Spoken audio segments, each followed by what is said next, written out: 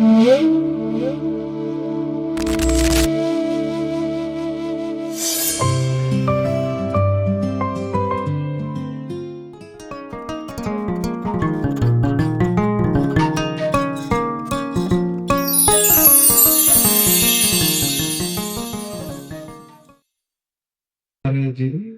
धर्मावुरंद धर्म वीरानंद जी जो बोल रहे थे उससे मैं भी बहुत अछूता नहीं हूँ। और जो ये चर्चा कर रहे थे तो मानव की बात इन्होंने कही कि मानव ने अपने जरूरतों के हिसाब से बहुत सारी चीज अधिग्रहण कर लिया। पर्यावरण का अधिग्रहण ऐसे किया, हमारे पास बगल में उदाहरण है। आप अगर इस गंगा नदी को देखते हैं तो आपको दिखता है कि खाली बालू का गाद है, और इस गाद के पीछे जो मूल उद्देश्य था, कहाँ कठिनाई हुई, तो एक बराज बनाया गया। कहाँ बराज बना? फरक्का में। तो फरक्का में किस लिए बराज बना? तो जल जो गंगा से निकले वो एक बगल में पोर्ट है जहाँ पर सारे जहाज आते हैं, वहां का पानी की कभी कभी कमी हो जाती थी। तो इस बराज का जो पानी है वो वहां पर उसको सप्लाई किया जाता था, और उसके लिए ये बराज बना। लेकिन बराज बनने से ये बालू जमना शुरू हुआ, क्योंकि वो क्षमता है।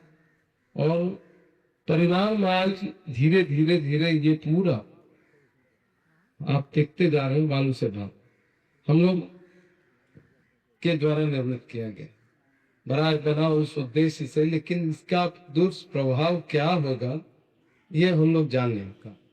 हम ही लोग अगर जैसा आचार्य कह रहे थे कि दरेनासा पुनर्जागरण करना होगा, तो रेनासा का पुनर्जागरण का उद्देश्य है, आप समझिए, फैक्ट्री से निर्मित कोई भी प्रोडक्ट आप खाते हैं, कोई भी खाद्य सामान खाते हैं, तो वो शरीर को बहुत लाभ नहीं दे रहा, ये मान के चलिए।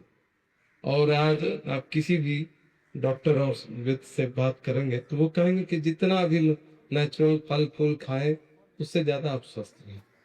हमारे घर में जाता हुआ करता था, हम लोग आटा पीस लिया करते थे, कोल का बैल हुआ करता था, उसमें तेल पेर के हम लोग, तो ये सारी व्यवस्था थी जो विदिन हम लोग घर ही में कर रहे थे, प्राकृतिक ढंग से कर रहे थे।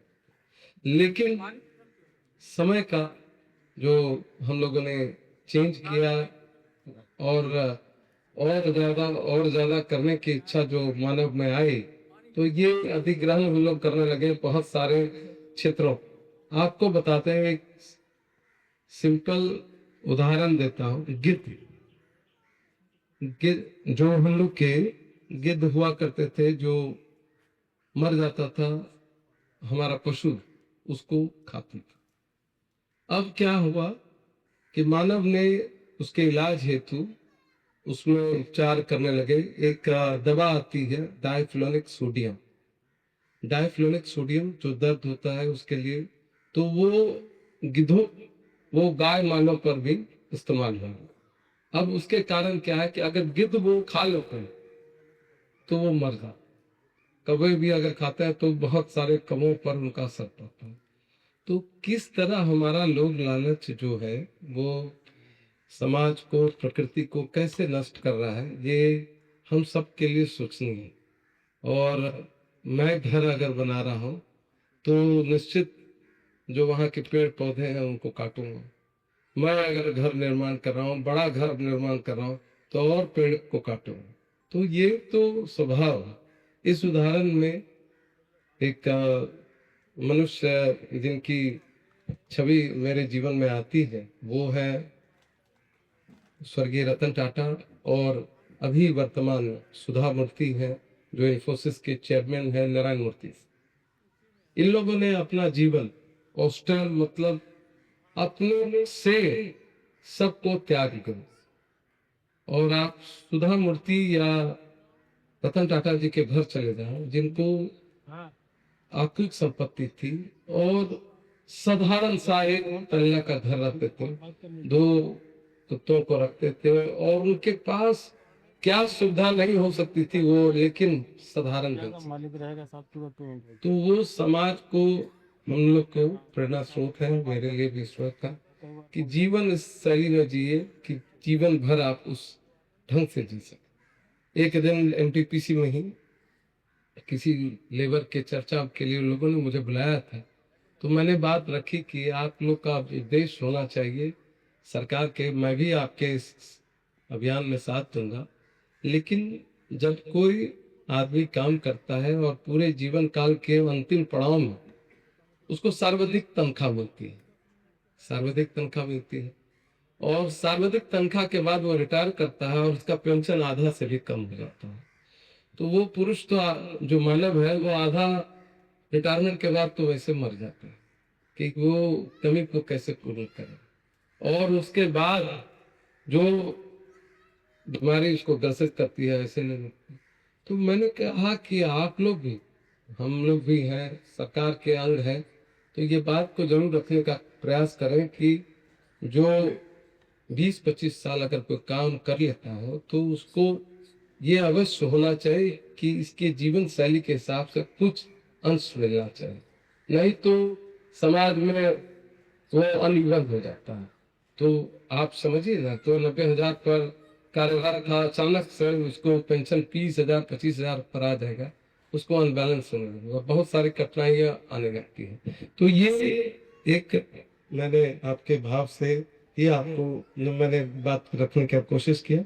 और वृक्षारोपण के संदर्भ में जैसे मैं कह रहा था कि मेरा ये मानना है कि वृक्ष वैसे ही लगने चाहिए जैसे फल, फल के बिना वृक्ष न लगाए। 100 वाले वृक्ष लगा लेते हैं बहुत लोग, अशोक का पेड़, वृक्ष इसलिए कहते हैं क्योंकि उससे अगर मैं वो फल नहीं खा पा रहा, लेकिन वो चींटी खाते, वो कीड़ा खाता, तो सृष्टि में अगर वो लोग को भी जीवित रहना है, इस मिट्टी में अगर वो कीड़ा नहीं होगा, अगर वो चींटी नहीं होगी, तो फिर कैसे चले। तो सिर्फ अपने उपयोग के लिए वो सारी चीजें अगर हम खाली करें तब तो फिर बेहतर विश्व का निर्माण ही नहीं कर पाएंगे।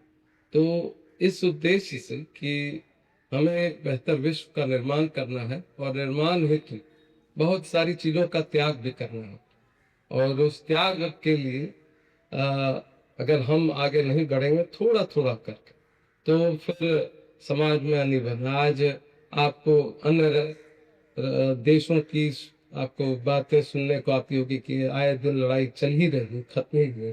उस मामले में हम लोग भारत में बेहतर है कि इस तरह की चीजें हमारे यहाँ नहीं।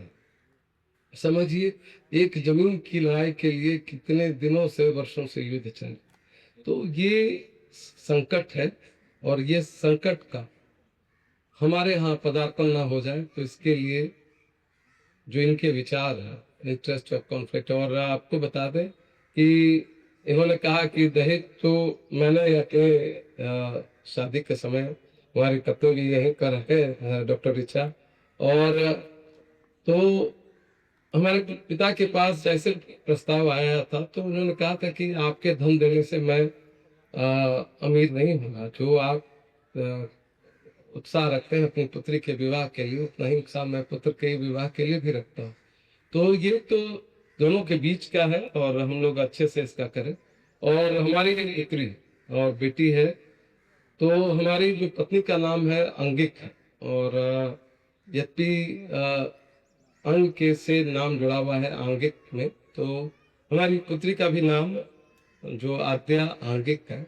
तो मैंने कहा कि ये परंपरा नहीं होनी चाहिए कि पिता का ही नाम, अरे पत्नी भी उतना ही, और एक समाज में, और अगर एक शरीर आपका लकवाग्रस्त हो जाए तो काम नहीं करेगा। उसी तरह समाज का आधा अंग है वही, और उनको आप अगर नहीं ध्यान दें, उनके प्रति आप नहीं विचार रखें, तो फिर वो सादा समाज लकवाग्रस्त हो जाए। तो उसको तो बैलेंस करना चाहिए, और इस उद्देश्य से क्योंकि इन्होंने बताया, और एक महत् संयोग है कि जिस जुड़ाव से आज मैं यहाँ आया हूँ, हमारे सहयोगी भी हैं जो हमारे साथ अभी विधानसभा में जुड़े हैं, वो भी खुद आनंद बाग से जुड़े हुए हैं और काफी अच्छा अध्ययन करके वो भी मेरे बारे में बताते हैं।